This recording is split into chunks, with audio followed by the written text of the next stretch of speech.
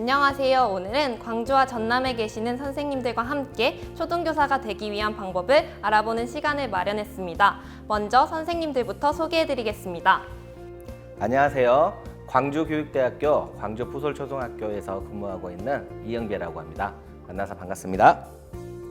네, 안녕하세요. 전남 영광초등학교에서 근무하고 있는 임시연입니다. 반갑습니다.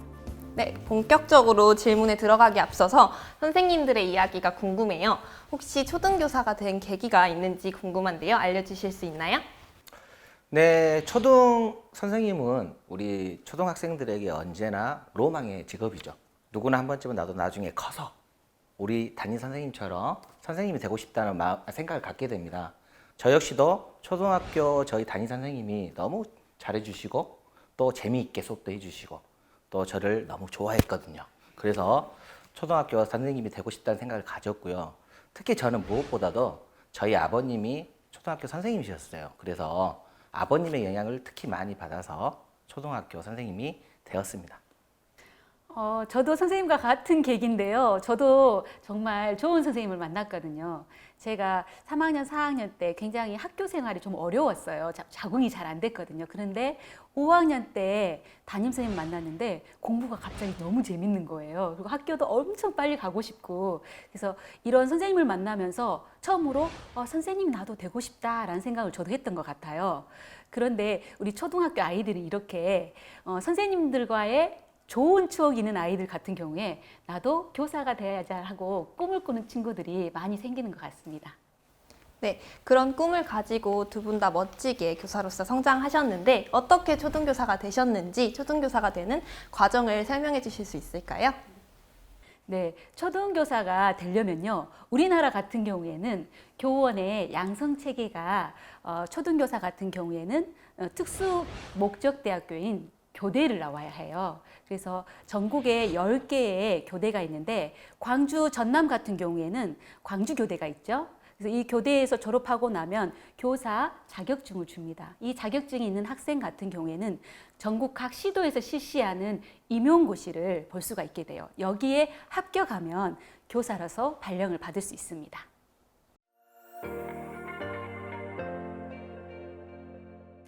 그 다음은 제가 개인적으로 정말 궁금했던 질문인데요. 중고등학교 선생님과 초등학교 선생님은 무엇이 다른지 알려주실 수 있는지 말씀해 주세요. 제가 이야기 드려볼까요? 중학교 선생님하고 초등학교 선생님하고는 똑같이 아이들을 가르친다는 건 같아요. 그런데 중고등학교 선생님은 교가 교사제라고 볼 수 있고 초등교사는 담임교사제라고 볼 수 있어요. 그래서 초등 선생님들 같은 경우에는 담임 선생님이 여러 개의 과목을 아이들을 가르치는데요. 그렇기 때문에 초등교사는 여러 과목에 대한 지도할 수 있는 역량이 필요한 것이죠. 또한 초등교사는 1학년부터 6학년까지 아이들을 지도하게 되는데 이때 이 시기의 아이들이 매우 급격하게 성장 발달을 해요. 각 학년마다 굉장히 차이가 좀 있죠. 그래서 학년별로 아이들 특성에 맞게 지도할 수 있는 그런 지도 역량도 필요하고요. 또한 다 여러 과목을 가르치기 때문에 이 여러 과목을 융합해서 지도할 수 있는 그런 능력도 필요합니다. 요약하게 말하자면 중등 선생님은 그 교과에 관한 지도 역량이 좀 필요하고 초등 선생님은 이러한 모든 것들을 좀 같이 가르쳐야 되기 때문에 초등 교사가 결코 쉽지는 않죠, 선생님? 네, 맞습니다. 초등 교육은 우리가 간단하게 생각하면 기초 기본 교육을 가르치는 교육이고요.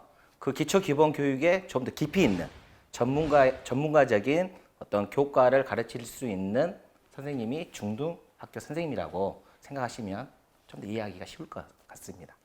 그럼 중고등교사와 다르게 초등교사는 다양한 과목을 가르칠 수 있는 역량을 가져야 하는데 그렇다면 초등학교 선생님은 예체능을 다 잘해야 하는지 정말 궁금합니다. 네, 예체능을 잘할 수 있으면 정말 좋죠. 저 역시도 예체능을 잘하고 싶었는데 그렇게 쉽지는 않더라고요. 그런데 처음부터 잘하려고 하면 안 되는 것 같고요. 자기가 관심을 가지고 예체능 교과에 대해서 조금씩 알아보고 또 아이들의 어떤 성향이나 발달 수준에 맞게 1대1 맞춤형 이런 교육을 시킬 수 있는 그런 역량이 더 필요한 것 같습니다. 네, 그 초등교육에서 보면은요, 우리가 보통 국어, 수학, 사회과학 이런 과목도 중요하지만 예체능 과목이 다른 중등, 고등보다 매우 중요할 거라는 게 우리가 생각이 들잖아요. 그래서 국가에서는 사실 예체능 과목, 우리가 어떤 과목이 아이들을 더 집중해서 가르치고 싶으면 시수를 증가도 하고 또는 줄이기도 하는데, 예체능 과목은 시수를 줄이지 못하게 돼 있어요. 그만큼 뭐냐면 이 예체능을 가리키는 것이 기본적으로 초등교에서 매우 중요하다고 보는 것이고요. 그래서 우리가 예체능을 잘해야 한다는 생각보다는 예체능이 초등학교 아이들에게 매우 중요한 교과목이구나라는 생각을 하면 좋을 것 같아요. 네, 정말 이해가 잘 되는 설명이었는데요. 그럼 교대를 안 가고 초등교사가 되는 방법은 없을까요? 네, 그 종합대학교인 한국교훈대학교에도 초등교육과라는 교육과가 있고요. 또 이화여대에도 초등교육과가 있습니다. 그 일반 사대에도 초등교육과를 이수하면 정교사 자격증을 주거든요. 2급 정교사 자격증을 주면 방금 말한 것처럼 임용고시 합격을 하면 초등교사가 될 수가 있습니다. 네, 그러면 교대에서는 이런 것들을 배우는지, 입학하면 어떤 것들을 배우는지 알 수 있을까요? 네, 교대에 입학하면은 이런 교직에 관련된 역량을 갖추기 위한 여러 과정들이 있겠죠. 교양 과목도 있고요, 교직 전공도 배우고, 그다음에 교과별 과목의 지도 역량도 배우고, 여기 관련 심화 과정도 있고요. 교육 실습, 그다음에 졸업 논문, 이런 기타 등등 여러 가지 교육 과정을 이수하게 됩니다. 특히 우리 선생님들이 현장에 나왔을 때 가장 어려워하는 게 실제적인 부분이거든요. 그래서 우리 대학 교육에서도 실제적인 학급 경영이나 생활지도, 또 수업 실현이나 어떤 수업 지도안 만들어보고 짜고 수업을 전개하는 이런 교육이 좀 더 많아지면 좋겠다는 생각이 듭니다. 네, 제 개인적인 생각으로 저는 교대하면 교생 실습이 가장 떠오르는데, 교생 실습은 언제 나가는지 말씀해 주세요. 네, 교생 실습은 1학년에서 4학년까지 모두 나가는데요. 1학년은 우리 선생님들의 어떤 수업 참관을 볼 수 있는 참관 수업이 있고요. 그 다음에 2학년에는 농어촌 체험을 하기 위해서 농어촌 체험이 있고요. 또 3학년에는 우리 선생님들이 학교에서 어떤 업무를 하고 있는지 교육 실습 1으로 실무 실습이 있습니다. 그리고 마지막 4학년은 가장 중요하기도 하죠. 우리 선생님들이 아이들과 어떻게 수업을 진행하고 있는지 이런 수업의 깊이를 알 수 있는 교육 실습 2 수업 실습이 있습니다. 초등학교에는 1학년부터 6학년까지 정말 다양한 학년들이 존재하잖아요. 그럼 저학년과 고학년의 차이는 어떤 것들이 있는지 궁금합니다. 네, 우리 초등학교에는 1학년부터 6학년 아이까지 있는데요. 그 아이들 겉모습만 봐도 신체적으로 매우 차이가 나죠. 그래서 1학년 아이들 같은 게 우리가 뭐라고 말을 하냐면 반은 우주인, 반은 사람. 그래서 나는 지금 지군이 되어가는 중입니다라고 말을 해요. 그래서 아이들이 아직은 지금 우리 현재 있는 학교 교육 과정이나 이런 것들을 이해하기 어려운 그런 차이가 있고요. 이제 고학년이 되면 아이들은 신체적으로 매우 성장합니다. 인지적으로, 정서적으로 매우 성장을 해서 6학년쯤 되면 아이들은 저는 더 이상 어린이가 아니라 어른이에요 라는 생각을 갖게 됩니다. 그래서 자기가 선생님이나 우리 학교 생활을 할 때 선생님이 어른처럼 대우해서 선생님과 같은 파트너십을 발휘해서 학급을 운영해 가는 것들을 하면은 훨씬 더 아이들이 즐겁게 학교 생활을 하는 것 같습니다. 네, 선생님 말씀하신 것처럼 저학년과 고학년의 어떤 성향 차이도 있지만 또 저희 선생님들이 아이들을 수업할 때 학급 운영할 때 또 차이점이 있는데요. 우리 저학년들은 무조건 선생님을 좋아하면서 수업에 적극적으로 참여하기 때문에 어떤 수업을 하든 간에 재미있어요. 또 아이들이 많이 참여하고. 근데 고학년으로 갈수록 아이들이 수업에 대한 어떤 적극성이나 흥미가 많이 떨어져서 손도 잘 안 들어요. 그래서 수업을 할 때도 너무 어려운데 그럴 때 우리 고학년 학생들하고는 감정 교류가 꼭 필요합니다. 감정 교류를 통해서 우리 고학년 학생들의 마음도 우리가 알아주고 그리고 같이 한번 잘해보자는 어떤 소속감을 심어준다면 고학년 수업도 우리 저학년처럼 재미있고 의미있게 할 수 있을 거라고 생각을 합니다. 네, 두 분 선생님들의 말씀을 들으니까 저학년과 고학년에 큰 차이가 있다는 것이 느껴지는데, 그럼 그 학생들을 가르치면서 힘들었던 점이나 에피소드가 있는지 들려주셨으면 좋겠어요. 우리 저학년 1학년부터 6학년까지 지도를 하면서 희로애락이 있다고 생각을 하면 됩니다. 여러 가지 그 감정이 있는데 우리 아이들에게 가장 그 속상했던 부분이나 어려웠던 점은 선생님 마음을 알아주지 못할 때, 선생님은 이렇게 하고 우리 아이들에게 더 많은 것을 배우게 해주고 싶고 또 더 많은 것을 가르쳐주고 싶은데 우리 아이들이 그런 걸 몰랐을 때, 그럴 때가 가장 어떻게 보면 선생님으로서 많이 속상하다고 생각합니다. 저학년하고 고학년에서 특징적으로 보면 저학년 아이들이 아직은 자기 중심적이에요. 나를 중심으로 세상을 바라보기 때문에 친구인 너하고 함께 우리를 만들어 가는 것이 어렵습니다. 그래서 그렇다 보니까 내 생각만 주장하다 보면 친구하고 다툼이 일어날 수가 있지요. 그러나 이 다툼은 사실은 서로에게 막 상처 주는 정도의 깊은 다툼은 아니고 성장하는 과정이라고 보시면 될 것 같고요.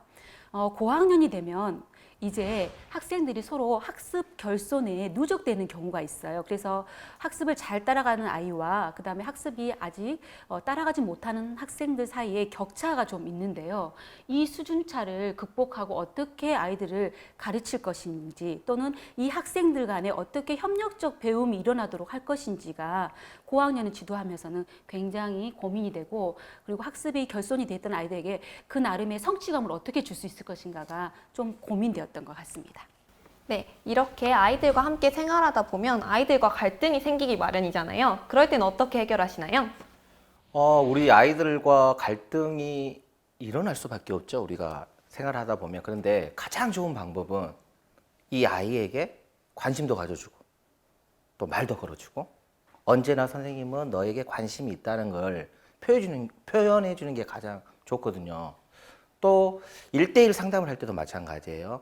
그냥 어떤 다른 뭐 학업이나 이런 좀 무거운 이야기보다는 그냥 그 아이가 관심을 갖고 있는 어떤 뭐 TV 프로그램도 좋고요. 또 우리 아이들이 요즘 좋아하는 어떤 트렌드 뭐 이런 이야기를 하면서 아이들에게 계속해서 다가가면 우리 아이들은 느껴요. 그러면서 마음을 열거든요. 마음을 열면 갈등은 끝나는 거죠. 네. 이 마음을 열기 위해서 사실은 문제의 행동을 갖고 있는 아이들의 마음 열기는 굉장히 교사에게 오랜 좀 기다림이 필요하거든요. 근데 우리 문제인 행동을 하는 아이들을 볼 때 그 아이의 행동을 보면은 뭐 문제인 것 같지만은 사실은 그 아이 진짜 속마음은 그게 아닌 경우가 많아요. 예를 들면 친구를 괴롭히는 아이가 있어요. 근데 그 아이가 친구를 괴롭힐 목적이 아니라 사실은 친구와 놀고 싶은 속마음이 있을 경우가 있거든요. 대부분 그래요. 그러나 그 아이가 모르는 건 뭐냐면 내가 어떻게 친구에게 다가가야 되는지 그 방법을 모르는 것이 더 많아요. 그래서 이런 아이들의 겉으로 보이는 행동이 아니라 그 아이의 진짜 속마음은 뭘까를 알아채는 선생님이 좋은 선생님이 아닐까 생각합니다.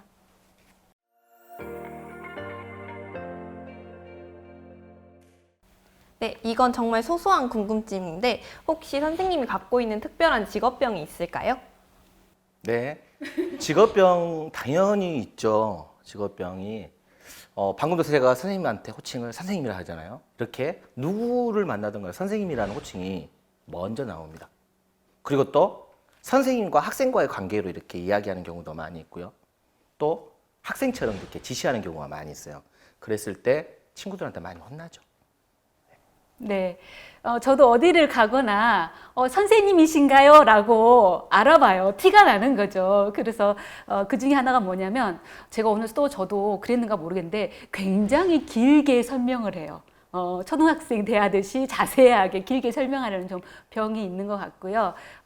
또 하나는 저는 초등교사는 굉장히 전인적인 교육 활동을 해요. 그래서 뭐 체육도 하고 음악도 하고 여러 가지를 하기 때문에 다양한 걸 하기 때문에 조금 힘든 반면에 제 스스로도 전인적 인간으로 성장하는 그런 면은 직업병이라기보다는 직업의 좋은 점이지 않을까라는 생각도 합니다. 네, 초등교사로서 느끼는 보람이나 힘든 점이 있다면 그걸 말씀해 주시면 정말 도움이 될 것 같아요. 제가 문제 행동 아이를 말씀드렸는데 사실은 교사에게 마음에 남는 아이들은 조금 아픈 아이들이 오랫동안 기억에 남거든요. 근데 그 아이가 치유되는 과정을 겪었을 때 굉장히 보람 있고 뿌듯한 것 같아요. 초등학교 3학년이 되면 배추 흰나비 애벌레를 길러요. 그러면 애벌레에서 흰나비가 되기 전에 번데기 과정을 거치거든요. 근데 이 번데기 때 아무것도 안 하고 가만히 있는 것 같지만은 번데기 상태일 때 이 애벌레는 자기 온 몸을 녹여서 흰나비가 될 준비를 하고 있어요. 그것처럼 이 문제 있는 아이들이 변화하지 않는 것처럼 보이는 그 긴 시간을 지나면 아이가 흰나비가 되는, 정말 얼굴빛이 달라지는 그런 모습을 봤을 때 굉장히 뿌듯하고 보람을 느꼈던 순간인 것 같습니다. 그래서 교사는 어쩌면 기다림을 잘 할 줄 아는 사람이어야 되지 않을까라는 생각합니다. 네, 맞아요. 선생님이 말씀하신 것처럼 이런 어떤 보람, 어떤 무언가를 알아차렸을 때 아이들의 어떤 기쁨을 보고도 보람이 있는데, 저 같은 경우는 선생님도 사람이거든요. 그래서 제 마음을 못 알아봐 줄 때, 이럴 때 너무 힘들고, 또 반대로 선생님한테 선생님 감사합니다. 또 선생님 오늘 수업 너무 재미있었어요. 또 선생님 졸업하고 나서도 선생님 보고 싶었어요. 이런 따뜻한 말 한마디 해줄 때 너무 또 보람이 되고 너무 좋아요. 네, 선생님들 말씀 들어보니까 초등교사라는 직업이 정말 영향력이 있고 존경받을 만한 직업인 것 같아요. 그럼 초등교사를 꿈꾸는 학생들에게 해주고 싶은 말이 있으실까요? 네, 먼저 초등교사 같은 직업은 많은 학생들하고 이렇게 대해야 되기 때문에 우리 준비하는 우리 학생들도 친구들과의 관계, 또 사람들과의 관계, 여러 집단과의 관계를 많이 경험을 해서 다양한 사고와 또 큰 시야를 가질 수 있었으면 좋겠습니다. 네, 제가 처음에 초등교사가 꿈이었고 그걸 이루었다고 말씀을 드렸는데요. 초등교사를 꿈꾸고 교대에 입학했는데 졸업할 때쯤 되니까 내가 초등교사를 잘 할 수 있을까? 그런 두려움이 갑자기 찾아왔어요. 그런데 지금 현재는 초등교사라는 그 직업에 굉장히 만족하고 있어요. 여러분들도 아마 처음에 초등교사를 꿈꿨지만 교대에 입학해서 공부하는 과정에서 내가 초등교사가 될까라는 고민을 하시게 될 텐데요. 저는 제가 특별하게 재능이 있어서 교사로서 보람을 느끼는 게 아니라 우리 모두는 사실은 교육자적 DNA를 저는 갖고 있다고 생각하거든요. 내가 교대에 와서 교육과정을 잘 배우면서 또는 현장에 나가서 아이들을 만나게 되면 내가 아이들을 위해서 무엇을 해줄 수 있을까?